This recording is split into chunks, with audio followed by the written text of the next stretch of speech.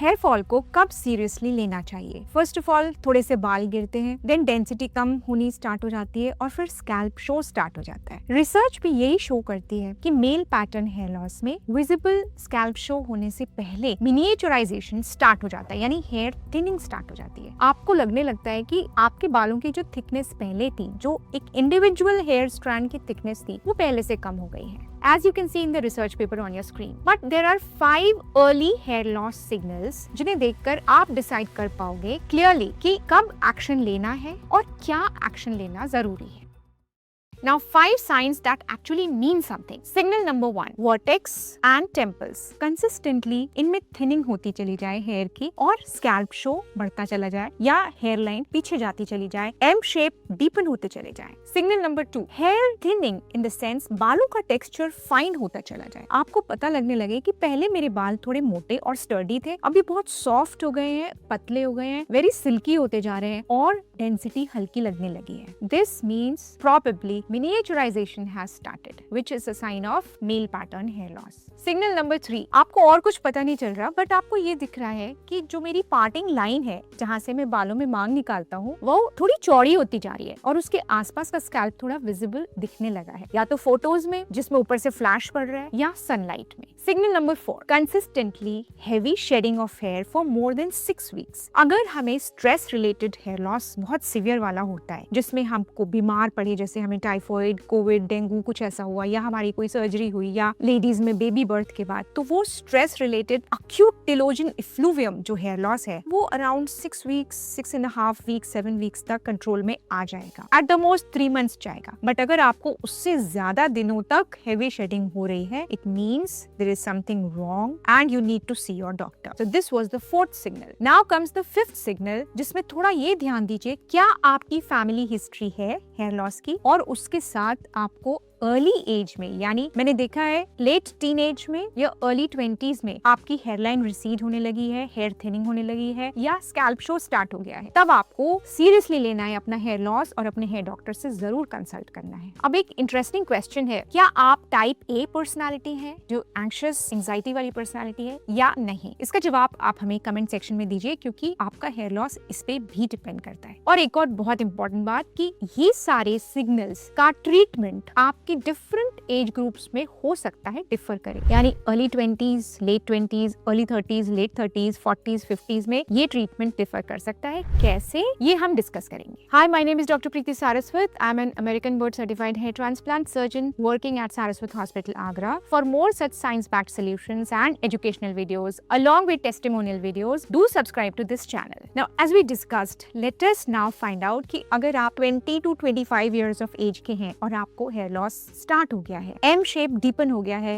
Rapid hairline regression हो रहा है, तो आपको एक्ट करना चाहिए। यस। सो इसमें in one of the videos I told you कि आप 4 फिंगर टेस्ट लीजिए। अगर 5 फिंगर से ज्यादा आपका ग्लैबेला से मिड फ्रंटल पॉइंट है, तो आपको फिर डॉक्टर को दिखाना चाहिए। अगर मिनिएचराइजेशन, पतले बाल हो गए हैं, हल्का हो गया है, डेंसिटी कम हो गई है, हेयरलाइन पीछे चली गई, टेम्पल्स चले गए, तो फिर आपको डॉक्टर को जरूर दिखाना चाहिए। It means it is not a mature hairline, you are actually having receding hairline and you may be progressing in male pattern hair loss pattern. Next age group is 26 rather to 34-35 years of age. ये 10 साल का जो gap है, इसमें आपके pattern of hair loss and the rate of hair loss will decide कि आपको surgical treatment कब लेना है और मेडिकल थेरेपी कब शुरू करनी है। See, both are complementary to each other. जहाँ baldness आ गई, वहाँ we will have hair by hair transplant surgery and the rest of the hair we will try to keep as such by the medical treatment. Also, we know now, American association ने भी research papers में बताया कि by the age of 30-35 almost 30-35% of males will have experienced male pattern hair loss. Now after 35 till 45 years of age, let us find out कि अगर आपको hair loss हो रहा है तो उसका रेट कितना है, स्टेबिलिटी कितनी है, और उसके साथ आपको कोई और मेटाबॉलिक प्रॉब्लम तो नहीं है जिसकी वजह से आपको हेयर लॉस हो रहा हो, जैसे कोई gut related problem, IBS and all, फिर कोई आपको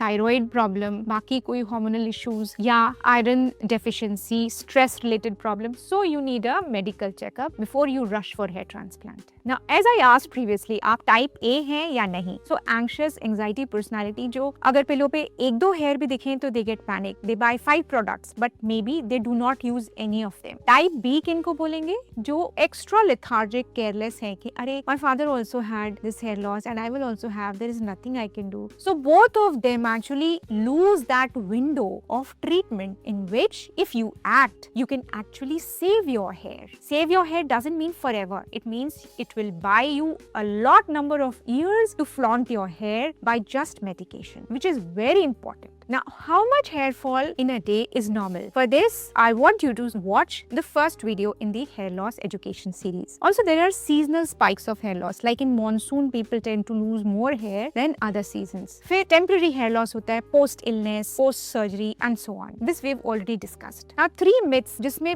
men wait too long and maybe this damages the hair जो आप बचा सकते थे. Myth 1. जब ज्यादा hair fall होगा तब देख लेंगे. Actually, जब आपको hair loss start हो रहा है और आपको दिख रहा है कि कुछ गड़बड़ है, आपको अपने हेयर डॉक्टर से मिलना चाहिए. Why? Because आप अपने बालों को बचा सकते हैं मेडिकेशन के द्वारा, थेरेपीज के द्वारा. अगर आप ऐसा नहीं करते और वो गिर जाते हैं, एम्प्टी फॉलिकल्स होते हैं हमारे डर्मास्कोप में, ट्राइकोस्कोप में, तब हमको फिर मेडिकल थेरेपी यूज नहीं कर सकते. तब ये बाल मेडिकल थेरेपी से वापस आना बहुत मुश्किल है, ऑलमोस्ट इम्पॉसिबल है. Hair transplant is the only solution. Myth 2. Home remedy से काफी आराम आ जाएगा. See, I believe that home remedies help up to a certain extent, but if the problem is very aggressive, अगर ऐसा लगता है कि DHT रिलेटेड ज्यादा ही हेयर लॉस है, तो हमको फिर अनियन एक्सट्रैक्ट, रोजमेरी ऑयल और अलग अलग चीजें जो आप घर में लगा सकते हो, उसको 6 वीक्स से ज्यादा कभी मत देखिए, डॉक्टर का सलाह मानिए. And therefore myth 3, which we can delay doctor consultation forever. No, first consultation will help you. Doctor can assess you with your blood investigations, trichoscopy, and they can help you in your treatment and long-term planning. If you want a hair transplant consultation with us, you can call us on the numbers below or you can WhatsApp us your pictures. Now take first right step in your hair loss journey. Just take 3 reference photographs. एक सामने से जिसमें थोड़ा top view आए और front view आए, एक left से, एक राइट से. Keep taking them